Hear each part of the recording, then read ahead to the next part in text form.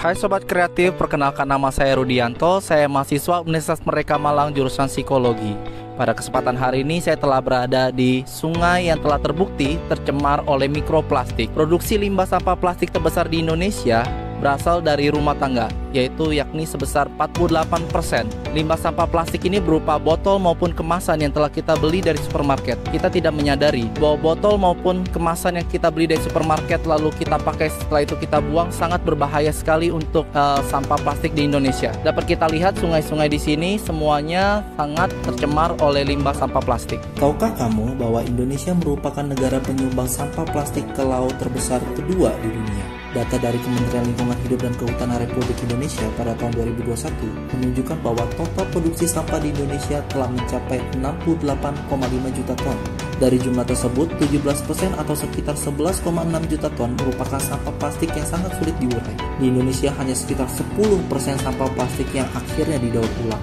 Sisanya, sebagian besar akan berakhir ke TPA yang akan menjadi gunung sampah. Sampah plastik yang dibuang sembarangan ataupun ditumpuk menjadi gunung ini akhirnya akan hancur menjadi mikroplastik. Hal yang cukup mengancam adalah ditemukannya mikroplastik di minuman, udara, bahkan makanan. Pada Maret lalu, ilmuwan menemukan mikroplastik berada pada aliran darah manusia. Pada paparan yang cukup tinggi, mikroplastik ini dapat mengakibatkan reaksi alergi bahkan sampai ke kerusakan sel seperti kanker. Lantas bagaimana cara untuk mengurangi penumpukan sampah plastik jika hampir semua produk menggunakan plastik yang membuat kita memproduksi sampah plastik sehari-hari? Setelah melihat banyak masalah dari limbah plastik tersebut, bayangkan ya, botol-botol ini yang kita pakai sehari-hari ya, dan kemasan ini yang kita pakai sehari-hari kita buang. Berapa banyak harian yang sampah yang kita produksi, gitu kan? Nah, kita di sini solusinya adalah dengan menggunakan sistem refill. Nah, ini adalah suatu contoh prototipe yang saya buat untuk menjelaskan suatu sistem refill di dalam teknik konsumsi ya.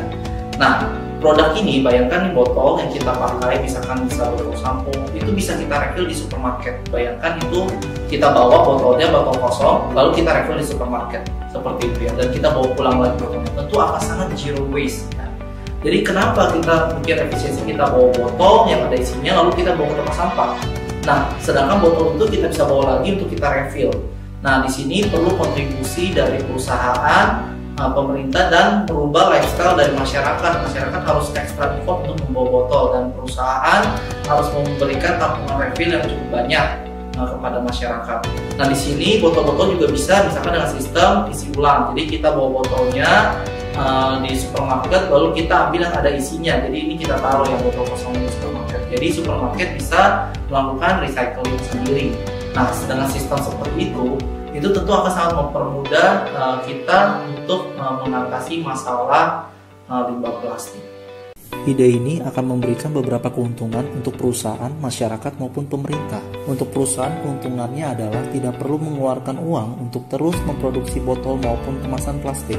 Untuk masyarakat, tercegah dari bahaya global warming, mikroplastik, dan terancamnya alam yang merusak pemandangan. Untuk pemerintah, keuntungannya jika tidak ada limbah plastik, maka tidak perlu ada biaya daur ulang yang besar. Hal ini menjadi suatu kebanggaan jika negara Indonesia dapat menyelesaikan masalah sampah. Saya percaya bahwa setiap perubahan pasti akan menimbulkan suatu masalah yang baru.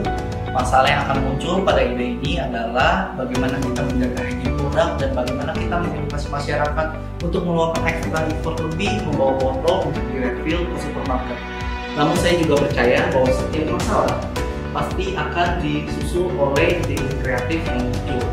Nah, saya percaya di masa depan akan banyak muncul ide-ide yang dapat diterapkan untuk menyelesaikan masalah limbah plastik dan mikroplastik. Saya percaya bahwa dukungan pemerintah, perusahaan, dan masyarakat itu sangat berperan penting.